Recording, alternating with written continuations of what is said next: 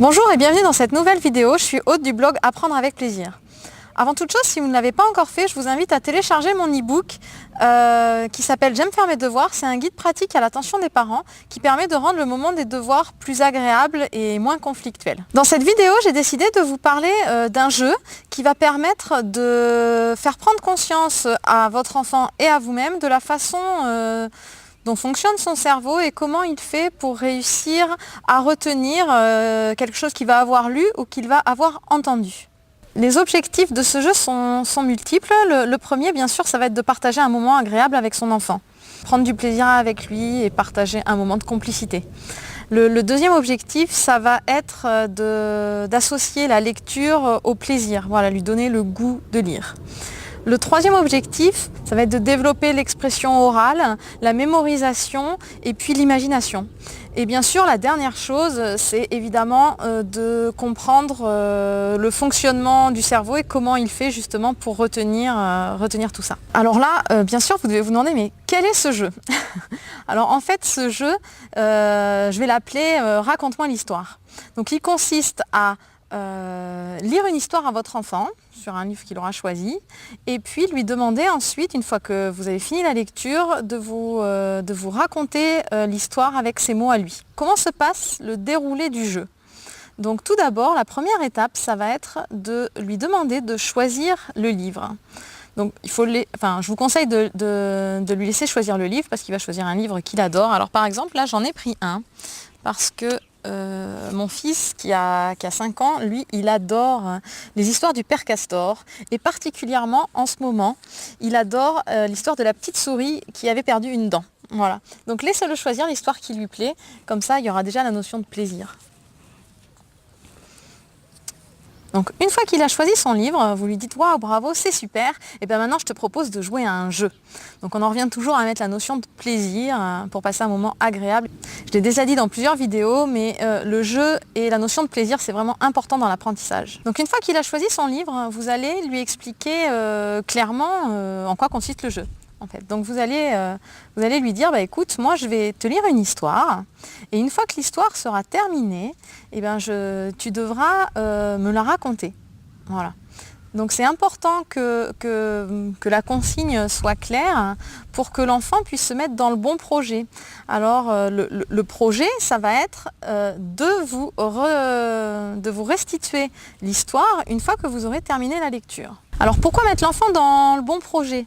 C'est important parce qu'en fait, si jamais il se focalise sur autre chose, il dira, oh là là, il faut bien que j'écoute, il ne sera pas en mesure de pouvoir vous restituer l'histoire. J'avais écrit un article là-dessus qui s'appelle « Les bienfaits d'une consigne claire » et je vais vous mettre le lien en dessous de la vidéo pour que vous puissiez aller le lire pour comprendre vraiment l'intérêt pour l'enfant d'être dans le bon projet pour arriver justement au résultat demandé. Ce qui est très important aussi, c'est surtout en tant que parent de ne pas perdre de vue justement le projet non plus, qui est de passer un moment agréable avec son enfant. Hein. Donc zéro pression, pas de stress. L'objectif, c'est de passer un moment agréable avec son enfant et s'il n'y a pas de restitution à la fin, c'est pas grave. Hein. Ce n'est pas l'objectif principal. L'objectif principal, c'est de prendre du plaisir à être ensemble. Donc une fois que vous avez expliqué la consigne, et ben là, c'est venu le moment de lire l'histoire. Alors lire l'histoire, évidemment, c'est la lire calmement, en mettant de l'intonation, à faire à ce que ce soit vivant pour que l'enfant puisse bien s'y identifier. Et bien sûr, faire des pauses, marquer des pauses à la fin des paragraphes. Donc ensuite, une fois que vous aurez terminé l'histoire, vous lui dites, eh ben ça y est, j'ai terminé. Allez, ben maintenant, c'est à toi de me la raconter. Et donc là, surtout, ce qui est important, ça va être de le laisser faire comme il veut. Vous le laissez raconter avec ses mots, comme il veut, c'est lui qui choisit. Et vous, à certains moments, vous allez faire l'étonner. Waouh, mais comment tu as fait pour retenir tout ça? Explique-moi. Donc là, l'objectif de lui poser ces questions, évidemment, déjà, ça va le valoriser, il va dire « Waouh, super, j'ai retenu plein de choses ». Et 2, ça va être de lui faire se poser des questions. Tiens, comment j'ai fait pour retenir ça? Alors si jamais votre enfant ne vous répond pas, vous pouvez lui poser quelques questions. Est-ce que tu as entendu ma voix qui te racontait l'histoire? Est-ce que tu as vu des images? Est-ce que tu t'entendais parler? Enfin, voilà, vous lui posez des questions. Et ça va l'aider à trouver ce qui s'est passé dans sa tête, comment il a fait pour retenir tout ça. Alors comme je vous le disais tout à l'heure, s'il n'arrive pas à répondre à vos questions, s'il ne sait pas comment il a fait dans sa tête, ça n'est pas grave. Parce que rien que le fait de lui avoir posé la question, ça va l'avoir fait prendre conscience que pour retenir les choses, en fait, il y a quelque chose qui se passe dans sa tête. Donc après, une prochaine fois, il y sera plus attentif. Il se posera des questions. Tiens, et comment j'ai fait? Donc toujours zéro pression.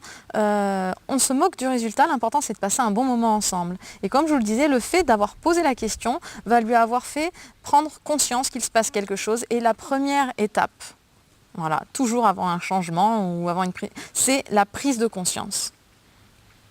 D'ailleurs, c'est un exercice que vous pouvez faire vous de votre côté, parce que est-ce que vous vous êtes déjà demandé mais comment je fais pour retenir ça ou comment je fais pour restituer? Souvent on le fait, on se dit tiens j'ai appris, mais on ne sait pas comment on a fait. Donc c'est un bon exercice aussi à faire en tant qu'adulte ou à faire aussi à des ados, parce que ça va permettre toujours la même chose, de prendre conscience, de réfléchir et de regarder en fait qu'est-ce qui se passe dans notre tête. Personnellement, moi j'ai toujours cru que mes principales évocations c'était visuel. Quand j'étais en cours, je me souviens que je voyais à tel endroit ce morceau du cours, à tel endroit un autre, donc je voyais beaucoup d'images. Et en faisant cet exercice régulièrement, je me suis rendu compte que j'avais pas que des évocations visuelles, j'avais aussi des évocations verbales. C'est-à-dire que pour retenir quelque chose, j'ai besoin de le voir, qu'il y ait des couleurs, qu'il y ait des images.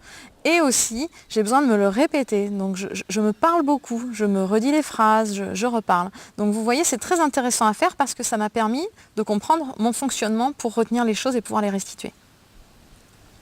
Alors, il existe aussi une variante du jeu que je viens de vous expliquer. Donc, il y a raconte-moi l'histoire, mais vous pouvez aussi faire une variante en disant dessine-moi l'histoire. C'est-à-dire demander à votre enfant, donc c'est le même principe, vous lui lisez une histoire et à la fin, vous lui demandez de vous la dessiner.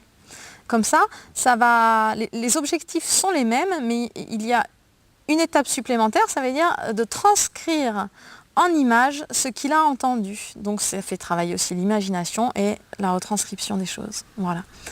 Écoutez, j'espère que cette vidéo vous a plu. Je vous invite à la liker, à la partager. Laissez tous vos commentaires, dites-moi comment ça se passe de votre côté, si vous avez fait le jeu avec votre enfant ou quels autres jeux vous connaissez pour faire ça. Et puis surtout, abonnez-vous à ma chaîne YouTube, comme ça vous pourrez recevoir les prochaines vidéos. Merci et à bientôt.